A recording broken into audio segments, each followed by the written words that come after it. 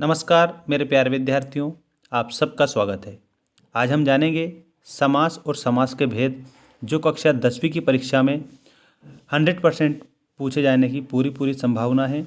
तो सारे जितने भी समास है जो आपकी परीक्षा में पूछे जाएंगे, महत्वपूर्ण सारे उदाहरण मैं आपको बता रहा हूँ। और आपको जो भी उदाहरण मैं बताऊँ वो पूरे के पूरे उदाहरण आप एक ही बार में लिख कर कंप्लीट कर लें या आप याद रख लेंगे, क्योंकि ये जो उदाहरण है हमने ऐसे उदाहरण आपके लिए शामिल किए हैं जो कि परीक्षा में 100% पूछे जाते हैं। देखिए, आपको सबसे पहले प्रश्न इस प्रकार से देंगे कि समास किसे कहते हैं, समास की परिभाषा उदाहरण सहित लिखिए। तब आपको उत्तर देना है। जब भिन्न अर्थ वाले दो शब्द एक दूसरे के साथ मिलकर किसी नए अर्थ को बनाएं उसे समास कहते हैं। और यह हम इस प्रकार से भी लिख सकते हैं, दो या दो से अधिक शब्दों के योग को भी हम क्या कहते हैं, समास कहते हैं। अब देखिए, समास में कभी कभी प्रथम पद गौण होता है और द्वितीय पद प्रधान होता है। कभी कभी प्रथम पद और द्वितीय पद दोनों ही गौण होते हैं, तो कभी कभी दोनों ही पद प्रधान होते हैं। ये भी आपको सामान्य जानकारी रखनी है। और परिभाषा आप इस प्रकार से बता सकते हैं कि दो या दो से अधिक शब्दों के योग को हम समास कहते हैं। ठीक है। अब देखिए, समास के भेद या प्रकार। ऑब्जेक्टिव टाइप प्रश्न अगर आपसे पूछे तो आप बताएंगे समास के 6 भेद या प्रकार होते हैं जो इस प्रकार हैं। पहला है आपका अव्ययभाव समास, दूसरा है तत्पुरुष समास, थर्ड है कर्मधारय समास, उसके बाद द्विगु समास, द्वंद्व समास और बहुव्रीहि समास। इन छयों के आप नाम अच्छी तरह से याद रखेंगे। अब हम जानेंगे सबसे पहले अव्ययभाव समास की परिभाषा उदाहरण सहित। देखिए, यहाँ पर अव्ययभाव समास इस तरह का समास है जिसमें पहले पद में अनु, आ, प्रति, यथा, भर, हर इत्यादि जैसे अव्यय लगे होते हैं। मतलब कहने का अर्थ ये है कि अगर शब्द के प्रारंभ में अव्यय हो जिसमें किसी प्रकार का परिवर्तन नहीं हो, उसे हम अव्यय कहते हैं। अगर अव्यय वहाँ पर हमें दिख जाता है तो वहाँ पर अव्ययभाव समास होता है। इस प्रकार के समास में दोनों पदों के मेल से बना अर्थ प्रधान रहता है। जैसे आजीवन, आजीवन में आ जो लगा हुआ है ये अव्यय है, अप्रत्यक्ष में भी आ अव्यय है, और यथोचित में यथा अव्यय है। इसका विग्रह कैसे बनेगा ये भी आप देखिए। आजीवन का विग्रह बनेगा जीवन भर, अप्रत्यक्ष का विग्रह बनेगा आँख के पीछे, और यथोचित का बनेगा जितना उचित हो। ये अव्ययभाव समास के उदाहरण हैं। यहाँ पर यथाशक्ति भी कई बार पूछा जाता है, यथा शक्ति। तो यथा अव्यय शब्द है और यथाशक्ति का उदाहरण बनता है, मतलब कि जो इसका विग्रह बनता है वो बनेगा शक्ति के अनुसार। यथाशक्ति का आपका बन जाएगा शक्ति के अनुसार। इस प्रकार से आप शक्ति के अनुसार यथाशक्ति याद रखेंगे। इसके बाद में आता है तत्पुरुष समास। जो तत्पुरुष समास है इसमें विभक्ति का लोप करके समास जो है मूल शब्द बनाया जाता है और विभक्ति को लगाकर समास विग्रह किया जाता है। देखिए, वह समास जिसमें द्वितीय अथवा उत्तर पद प्रधान होता है वह तत्पुरुष समास कहलाता है। अब आपको एक और बात याद रखनी है कि जितनी भी विभक्तियाँ हैं सारी विभक्ति आप कंप्लीट याद रख लेंगे। इस प्रकार के समास का विग्रह करते वक्त दोनों के बीच का, के, की, के लिए जैसे कारकी चिन्हों का, मतलब जो कारक विभक्ति चिन्ह होते हैं उनकी बात यहाँ पर की जा रही है, लोप हो जाता है और इनका पुनः समास करने पर समस्त कारक चिन्ह वापस आ जाते हैं। जैसे युद्ध क्षेत्र, तो युद्ध का क्षेत्र, ये जो का है ये विभक्ति चिन्ह है।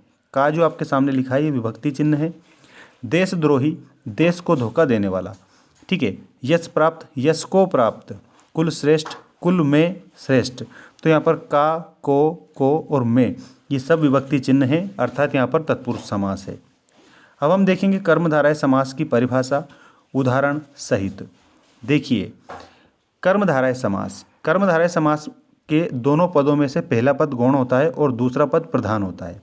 मतलब कि पहला जो पद है वो कैसा होता है, गौण होता है, उसकी महिमा कम होती है, और दूसरा पद जो है वो प्रधान होता है, तो वो कर्मधारय समास है। जैसे देखिए, पहला पद विशेषण भी होता है। विशेषण मतलब संज्ञा और सर्वनाम की विशेषता बताने वाले।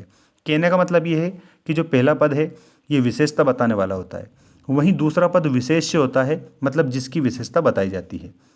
इसके साथ ही प्रथम एवं द्वितीय पद के बीच में उपमेय और उपमान का संबंध होता है। हालांकि आपको एक बात समझनी है कि उपमान और उपमेय का ही विशेषता बताने का कार्य करते हैं। मतलब उपमान जो क्या कार्य करते हैं, उपमेय की विशेषता बताने का कार्य करते हैं। देखिएगा, कर्मधारय समास जब समास विग्रह किया जाता है तो दोनों पदों के बीच में के समान है, जो, रूपी इत्यादि शब्दों का लोप होता है। जैसे महान, महान है जो देव। नीलकमल, नील के समान कमल, यहाँ पर भी समान आया, यह जो आया, इस प्रकार से। पीतांबर, पीत है जो अंबर, इस प्रकार से आप इसका विग्रह करेंगे। अब आता है द्विगु समास। देखिएगा, द्विगु समास की परिभाषा में आपको एक बात याद रखनी है कि इसके पहले पद में संख्या का बोध होता है, ये संख्यावाची होता है। देखिए, द्विगु समास में भी तत्पुरुष समास की तरह ही प्रथम पद गौण होता है और दूसरा पद प्रधान होता है। पहला पद संख्यावाची विशेषण होता है। मतलब कि यहाँ पर आपको एक और बात समझनी है कि जिस समास का प्रथम पद संख्यावाची विशेषण हो और समूह का बोध कराए, समूह का मतलब ग्रुप होता है, आप सभी अच्छी तरह से जानते हैं। समूह का बोध कराए उसे हम क्या कहते हैं? तो उसे हम द्विगु समास कहते हैं। जैसे चतुर्थ भवन, 4 भवनों का समाहार, समाहार की जगह पर हम समूह भी लिख सकते हैं, ऐसे आप याद रखेंगे। पंचतंत्र, 5 तंत्रों का समूह भी लिख सकते हैं, समाहार भी लिख सकते हैं। अष्ट सिद्धियाँ, 8 सिद्धियों का समाहार। और तिरंगा, 3 रंगों का समूह। यहाँ पर चतुर, पंच, अष्ट और 3 तिरंगा। तो यहाँ पर सबसे पहले संख्या का बोध हो रहा है, मतलब कि द्विगु समास है, ऐसे आपको याद रखना है। अब आता है द्वंद्व समास। जो द्वंद्व समास है आप लोगों का, उसमें आपको समझना है द्वंद्व का मतलब होता है समस्त पद वाला प्रधान, मतलब जिसमें सभी पद प्रधान हो या फिर दोनों पद, पूर्व पद और उत्तर पद दोनों प्रधान हो, वहाँ पर द्वंद्व समास होता है। इस प्रकार का समास है जिसमें दोनों ही पद प्रधान होते हैं, अर्थात इनमें से किसी भी या इनमें से कोई भी पद गौण नहीं होता है। द्वंद्व समास में 2 पदों के बीच में योजक चिन्ह लगा होता है, जो इसकी पहचान है। आपसे अगर पूछा जाए कि द्वंद्व समास में 2 पदों के बीच में कौन सा चिन्ह लगाया जाता है, तो आप बताएंगे योजक चिन्ह लगाया जाता है। योजक का मतलब होता है जोड़ने वाला। जैसे राजा रानी, इसके बीच में जो चिन्ह लगा ये योजक चिन्ह है। जब हम विग्रह करेंगे तो बनेगा राजा और रानी। दिन रात, तो दिन तथा रात। भूल चूक, भूल या चूक। दाल रोटी, दाल और रोटी। इसी प्रकार से भाई बहन आदि भी द्वंद्व समास के ही उदाहरण हैं। माता पिता, इसमें भी आपको द्वंद्व समास बताना रहेगा क्योंकि दोनों पद इसमें प्रधान है। अब हम बात करेंगे बहुव्रीहि समास। ये जो बहुव्रीहि समास है, इसमें आपको एक बात याद रखनी है कि इसमें अन्य पद प्रधान होता है। कौन सा पद प्रधान होता है? तीसरा पद प्रधान होता है, ऐसे आप समझेंगे। बहुव्रीहि समास, इस समास में दोनों पद में से कोई भी पद प्रधान नहीं होता है, मतलब ना तो प्रथम पद और ना ही उत्तर पद, इसमें अन्य पद प्रधान होता है। प्रधान का मतलब होता है मुख्य। प्रथम और द्वितीय दोनों ही पद गौण होते हैं, परंतु एक बात और यहाँ समझनी है, परंतु दोनों ही पद मिलकर किसी तीसरे पद की विशेषता बताते हैं और वह तीसरा पद ही प्रधान होता है। जैसे पीतांबर, पीला है वस्त्र जिसका, यहाँ पर भगवान विष्णु को तीसरे पद के रूप में सूचित किया जाता है। चारपाई, 4 है पाए जिसके, अर्थात पलंग, यहाँ पर पलंग को सूचित किया जाता है। तिरंगा, 3 रंग हैं जिसके, अर्थात राष्ट्रीय ध्वज। अगर यहाँ पर हम राष्ट्रीय ध्वज को नहीं सूचित करेंगे तो ये आपका कौन से समास में हो जाएगा? तो ये द्विगु समास में हो जाएगा। लेकिन विग्रह हम जिस प्रकार से कर रहे हैं और तीसरा पद अगर हम निकाल के देते हैं तो यहाँ पर बहुव्रीहि समास होगा। इसके बाद में विषधर, विष को धारण करने वाला, अर्थात विष को धारण किया है जिसने, अर्थात महादेव। और गजानन, गज के समान आनन है जिसका, अर्थात गणेश। इसी प्रकार से हम एक और इसमें उदाहरण करेंगे जो कि काफ़ी महत्वपूर्ण है, दशानन। ठीक है, दशानन, 10 है आनंद जिसके, अर्थात रावण। 10 है आनंद जिसके, अर्थात रावण। तो ये समास सारे एक ही वीडियो में आपको बता दिए कंप्लीट। इसी प्रकार से आप और भी उदाहरण याद कर सकते हैं। सभी और भी जो समास है उनके अनेक अनेक उदाहरण हमारे चैनल पर आपको मिल जाएंगे, जो कि हमने प्ले लिस्ट भी बना रखी है आप लोगों के लिए।